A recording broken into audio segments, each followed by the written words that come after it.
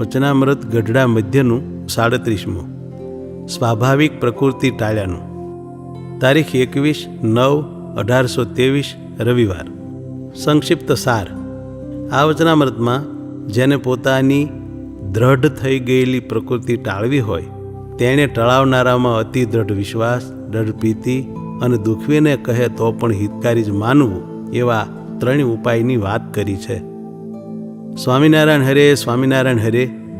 સંવત 1880ના ભાદરવા વદી પડવાને દિવસ સ્વામી શ્રી સહજાનંદજી મહારાજ શ્રી ગઢડા મધ્ય દાદા ખાચરના દરબારમાં આથમણે દ્વાર ઓરડાની ઓસરીએ વિરાજમાન હતા અને સર્વ શ્વેત વસ્ત્રો ધારણ કર્યા હતા ને પોતાના મુખારવિંદની આગળ પરમહંસ તથા દેશ દેશના હરિભક્તની સભા ભરાઈને બેઠી હતી.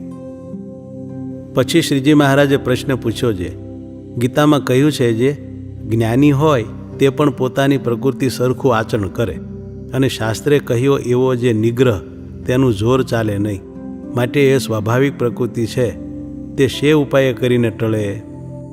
પછી સર્વે જે મુનિમંડળ તેણે વિચારી જોયું પણ શ્રીજી મહારાજના પ્રશ્નનો ઉત્તર થાય એમ જણાયું નહીં.